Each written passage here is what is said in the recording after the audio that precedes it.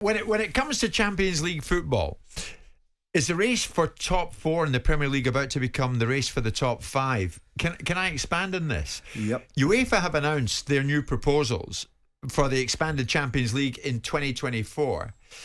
And what we now know is what they're going to put into effect. This isn't a proposal. This is going to happen in 2024. Based on how far the country's clubs have gone in Europe, will determine whether or not you qualify for a Champions League spot the following season. So are you with me?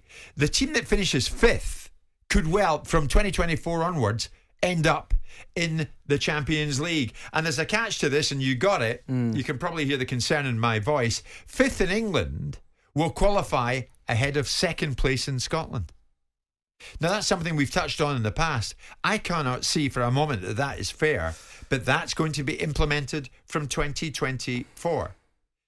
The number of group matches from 2024 will go up from 6 to 8 instead of the original plan of 10. Simon, I know you're mulling it over, but is it fair? Is it right? Is it credible? Is it the right route to go down? Look, I mean, the bottom line is that they're trying to expand this tournament, aren't they? They're trying to generate revenue. They're trying to make it a more alluring financial model that can satisfy some of the demands and challenges that the European Super League was bringing on. And from my point of view, I look at it and say, there was a coefficient, wasn't there, Jim? Yes. There was a coefficient which had no merit attached to it, which was based upon historic livery and achievements in Europe. Exactly. Yeah. The interesting thing about this is there should be some reading between the lines here, and people shouldn't like the reading between the lines here. This isn't about domestic achievement anymore. This is about what you've done in Europe. So you get an extra spot. There's an extra spot available if you've performed well in a European competition. That's right. See, I thought the qualification for playing in European football was what you did in domestic football. Yeah, exactly. Right? So we should be watching the devil in the detail here. We should be watching how European competitions and UEFA, the supposed saviour. I watched a documentary last night on Sky called The Super Greed of Football, and the predication and the basis of what they were saying about it was nonsense about why the ESL came and what was behind it and how this was. And you've got to watch it. It's 2 hours that are produced on Sky documentaries. That's a very, very hard-hitting documentary. Unfortunately, tragically, a lot of it is hyperbole and not based upon the facts. And UEFA are a very dangerous animal. I'm pleased that they've removed the coefficient, which was based upon once upon a time you did well in Europe. That's right. So you can qualify under a coefficient. That's right, that's gone. But now they've got a situation where they're saying, if you do well in Europe in that particular season, we'll let you qualify as an available space. But that was not the blueprint for a cup competition. Sure. The cup competition was fueled by your domestic achievements.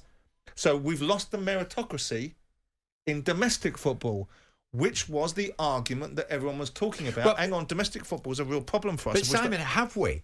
Because let me tell you, when you look at it closely, under these new proposals to be implemented in 2024, in 4 of the last 5 years, had they been introduced during that time, teams finishing 5th in the Premier League would have secured automatic Champions League qualification. Yeah, well, that's good for this league, but we're not the only league that exists.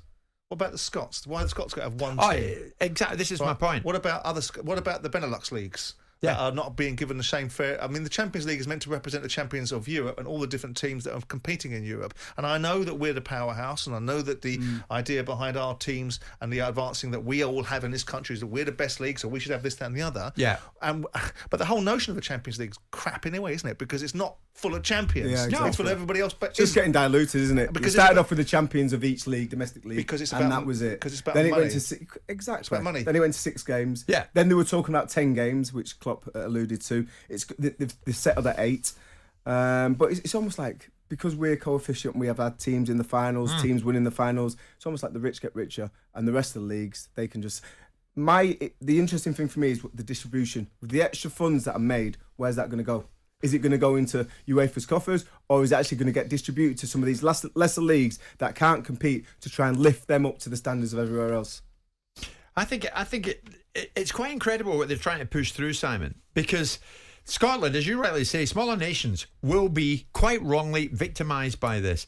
Trevor, there must be an awful lot of sniggering up their sleeves amongst players, because from 2024 onwards, say your club, your team finishes 5th, you'll look at each other in disbelief and say to each other, we're in the Champions League next season.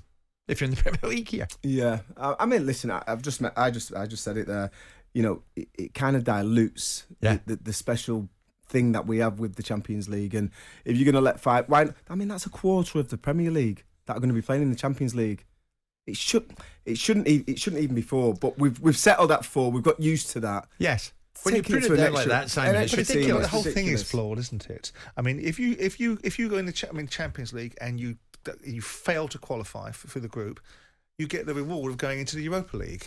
So you get a second chance at being in that particular competition. If you fail in the Europa League, you get to play in the European Conference League, because the UEFA mandate and brief is to drive football in a certain way. And these are the people that we held up as part of the saviours over the European Super League.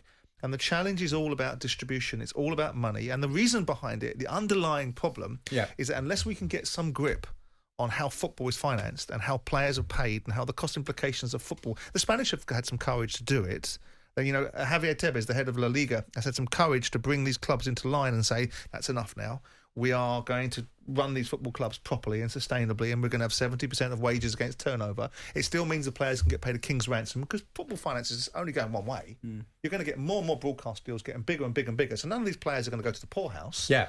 But the bottom line is the tragedy for football is that you're going to keep on driving up revenues, and until you get proper governance in place, they're just going to go one place. It's just going to keep on. So what is that proper governance? Is that UEFA, or is that the independent governing bodies for each domestic country? Well, I mean, you can say that there's the Spanish are brave or they're foolish, because they've decided to adopt a policy of managing their league in a certain way. So Barcelona and Real Madrid now have to have their wages controlled to some extent, so that football clubs can be economically sensible businesses. That makes sense. Well, of course it makes sense, but why going back to your lot, why the Premier League? They don't want that. Why does it always have to come back to why does the Premier League? Listen, we're one club. Why does the Premier League? Because remember, Chelsea have done this for 20 years. Why does the Premier League not control that? If you're saying that La Liga have done it with their teams, why does the Premier League, instead of blaming everything on Manchester City, why does the Premier League not deal with this? The problem, the reality of it is that the clubs at the top of the pyramid, the top 6 clubs, actually don't have a wage to ratio problem.